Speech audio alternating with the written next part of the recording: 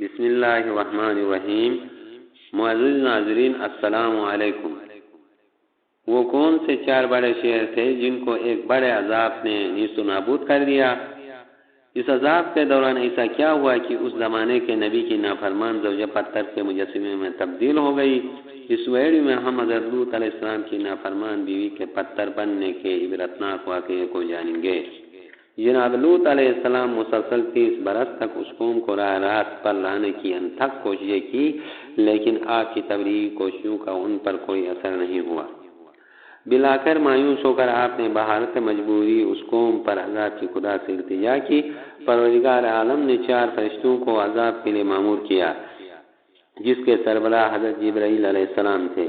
یہ چاروں فرشتے خوبصورت لڑکوں کی شکل میں حضرت لوط علیہ السلام کے پاس اس وقت پہنچے جب وہ شہر کے باہر اپنے کھیتوں اور باغوں میں آب پاشی کر رہے تھے اور شام ہو چکی تھی۔ جناب لوط علیہ السلام نے انہیں حیرت سے دیکھا اور پوچھا کہ آپ لوگ کون ہیں اور کس مقصد سے یہاں آئے ہیں؟ انہوں نے کہا ہم مسافر ہیں، چونکہ شام ہو چکی ہے، اس لیے آج کی رات ہم لوگ آپ کے یہاں قیام کرنا چاہتے ہیں اور آپ کے مہمان ہونا چاہتے ہیں۔ جناب لوط علیہ السلام نے فرمایا کہ تمہاری مہمانی مجھے منظور ہے، لیکن اس بات سے تمہیں آگاہ کر دینا چاہتا ہوں کہ اس شہر کے لوگ انتہائی سرکش اور بدکردار ہیں، مہمانی کو معیوب سمجھتے ہیں، لوگوں کو لوٹ لیتے ہیں اور لڑکوں اور مردوں سے بدفعلی کیے بغیر انہیں نہیں چھوڑتے۔ میری سمجھ میں نہیں آتا کہ کس طرح تم لوگوں کو اپنا مہمان بناؤں۔ فرشتوں نے کہا رات زیادہ ہو گئی ہے، آج تو ہم آپ ہی کے مہمان ہوں گے۔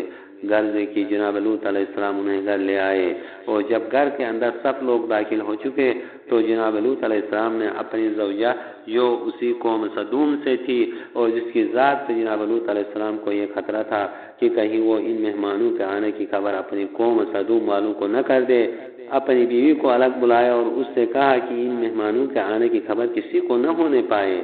اگر تو نے میرا کہا مانا تو میں تیری گزشتہ نافرمانیوں کو معاف کر دوں گا۔ اس کی بیوی نے کہا بہتر ہے ایسا ہی ہوگا، لیکن جب حضرت لوط علیہ السلام مطمئن ہو کر مہمانوں کی مہمان نوازی کی طرف متوجہ ہو گئے تو ان کی زوجہ نے مہمانوں کی آمد کی خبر اپنی قوم والوں کو کر دی۔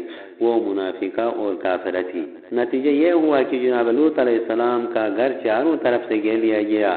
محاصرین کا مطالبہ تھا کہ مہمانوں کو ہمارے حوالے کر دیا جائے تاکہ ہم اپنا شوق پورا کریں۔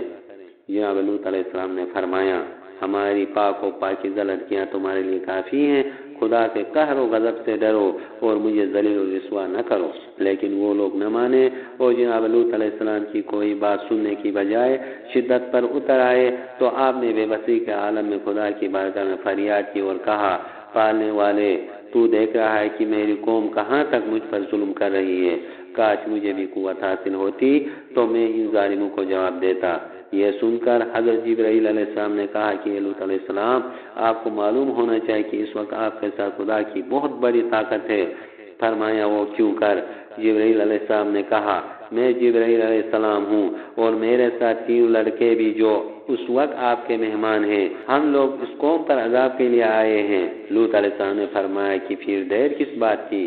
جبرائیل علیہ السلام نے کہا نزول عذاب سے صبح کا وقت معین ہے، اس وقت کا انتظار کیجئے۔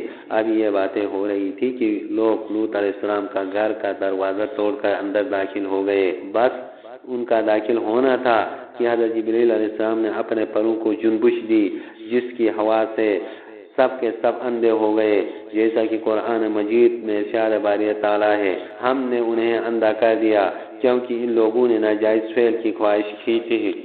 بینائی چلی جانے کے بعد وہ ایک دوسرے پر گرتے پڑتے ادھر ادھر بھاگنے لگے اور تمام شہر میں یہ خبر پھیل گئی کہ لوط علیہ السلام نے جس عذاب کی خبر دی تھی خدا کی طرف سے اس کی ابتدا ہو چکی ہے۔ قوم لوط میں ایک شخص کاہن و عالم بھی تھا۔ جب اسے سارا حال معلوم ہوا تو اس نے کہا بے شک یہ وہی عذاب ہے، اس سے بچنے کی صورت صرف یہی ہے کہ تم لوط علیہ السلام کے گھر کا محاصرہ کر لو تاکہ وہ یہاں سے نکل کر جانے نہ پائے، اس لیے کہ جب تک وہ تمہارے درمیان رہیں گے خدا کی طرف سے عذاب کا نزول نہیں ہوگا۔ غرض کی پوری قوم یکجا ہوئی اور سبوں نے مل کر دوبارہ حضرت لوط علیہ السلام کا گھر گھیر لیا۔ جب نصف شب گزری تو جبرائیل علیہ السلام نے جناب لوط علیہ السلام سے کہا کہ آپ اپنے گھر والوں کو لے کر یہاں سے نکل جائیں۔ فرمایا کس طرح جاؤں؟ چاروں طرف تو محاصرہ ہے۔ پھر جبریل علیہ السلام نے محاصرین اور جناب لوط علیہ السلام کے درمیان نور کا ایک ستون قائم کیا اور فرمایا کہ اسی ستون نور کے سہارے آپ نکل جائیں، آپ کو کوئی نہ دیکھ سکے گا، مگر شرط یہ ہے کہ آپ میں کوئی شخص پیچھے مڑ کر نہ دیکھے۔ کہ جناب لوط علیہ السلام اپنے گھر والوں کے ساتھ نکلے اور جبریل علیہ السلام کے بتانے کے مطابق ایک طرف کو روانہ ہو گئے۔ ابھی تھوڑی ہی دور گئے تھے کہ لوط علیہ السلام کی بیوی نے جو ان کے ہمراہ تھی پیچھے مڑ کر دیکھا۔ اس کا مقصد دراصل یہ تھا کہ وہ اپنی قوم والوں کو حضرت لوط علیہ السلام کے جانے کی اطلاع کر دے گی۔ اس پر آسمان سے ایک پتھر گرا اور وہی پتھر کے مجسمے کی شکل اختیار کر گئی۔ کچھ سال پہلے ایک اسرائیلی ریسرچر نے بحیرہ مردار کے پاس ایک لمبا پتھر کا کھمبا دریافت کیا جو دیکھنے میں تقریباً ایک انسان کی طرح لگتا ہے۔ دراصل یہ لوط علیہ السلام کی بیوی وائلہ کا مجسمہ ہے۔ یہ مجسمہ آج اردن کے ماؤنٹ سودوم نامی اس پہاڑی پر موجود ہے جو نہ صرف ایک حیران کن ستون ہے بلکہ دنیا کے تمام انسانیت کے لیے نشان عبرت ہے۔